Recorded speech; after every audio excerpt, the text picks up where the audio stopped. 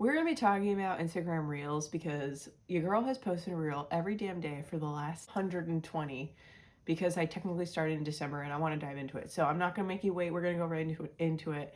I have my Instagram insights pulled up here, and for at least the last 90 days from December 22nd to March 20th, my reach is at 37,722 with Reels bringing in 37.8 thousand different accounts. Technically, there are 37,658 non-followers coming in from the reach from my Instagram Reels. However, that does not mean that all 37,000 people obviously converted into followers. So basically so the Instagram Insights page lists out your reach and by what content type. It is drastically Reels focused because obviously I've been pushing Reels and publishing Reels and posting Reels every damn day for definitely the last, probably since December 4th, because that was when I came back from the live event that I was at in California.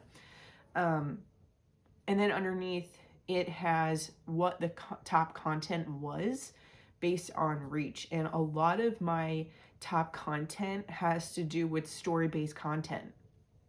That's something that I'm probably going to dive into another video.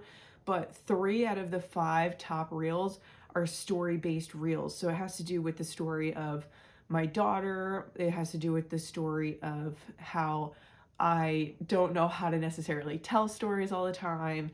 And it also has to do with the story of like me becoming a mom and how I want for my business to help support me and my daughter and my family. So the other 2 posts in my top 5 here that are the top 5 reels in this time frame have one to do with, it's an educational type of post, and the other post is a controversial opinion post. So it's my opinion on somebody's teachings and why I don't necessarily agree with them.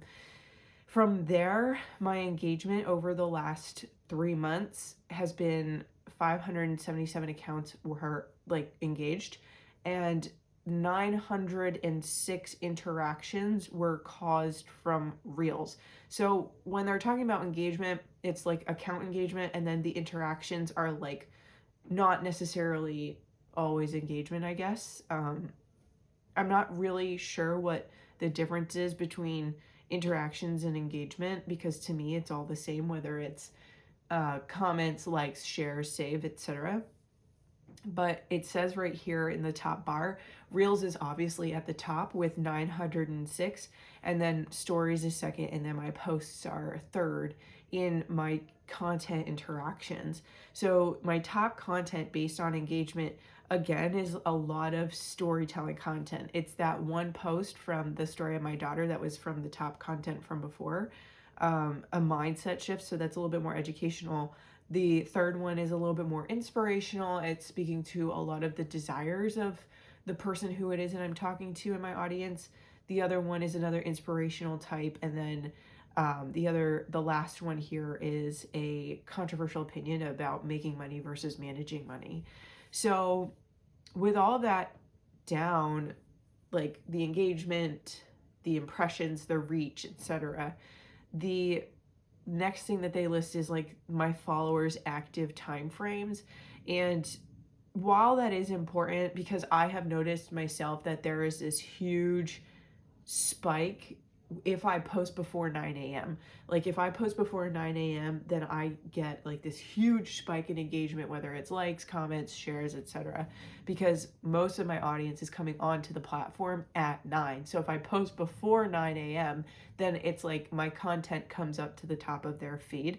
However, back 90 days ago when I started, this account was at 333 followers, and my chin is scraping the microphone. And now my account is at 391 followers. So I have grown over the course of 3 months, but the issue that I think a lot of people, maybe not the issue, but like a lot of people sell you on, oh yeah, you can get 10,000 followers or 13,000 followers. And for some people, they get it, right? Like some people, they get the growth, and it happens really fast. But there's a lot of other people who find themselves in the same situation that I myself am in, where I am posting, I am being consistent, I am using different types of content, and I am posting solely reels, but that doesn't necessarily mean that it translates to these tens of thousands or hundreds of thousands of followers coming into my Instagram.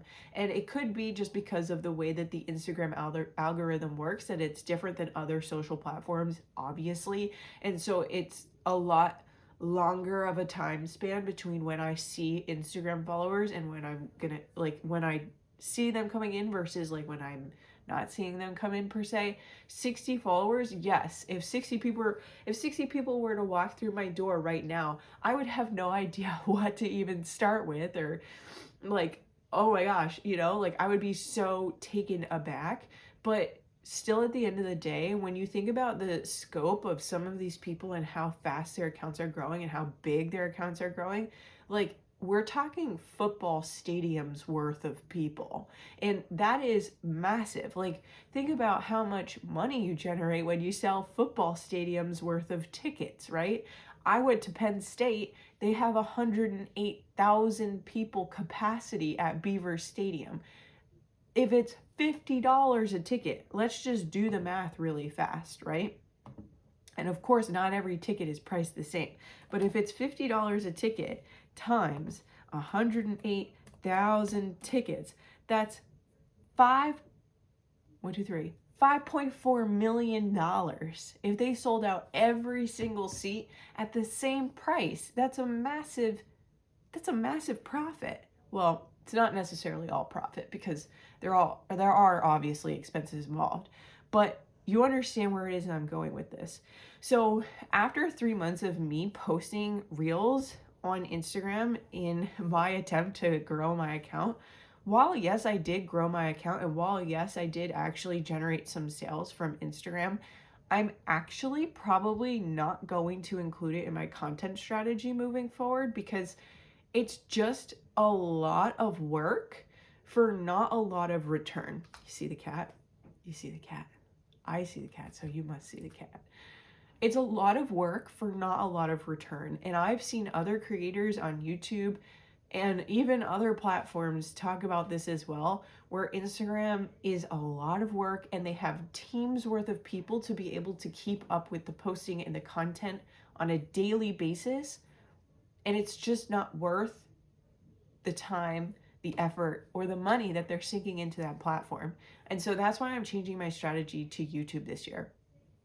And if you haven't subscribed already and you're new here, definitely be sure to click the subscribe button if you're into money, manifestation, and marketing, because that is, like, I have literally been saying this for years. That is what I'm all about. I could talk about these topics for days, and I'm really excited to do it here on my YouTube channel. So be sure to click the subscribe button, turn on the bell to get notifications, because your girl is coming in hot. And I will see you in the next video. Mwah.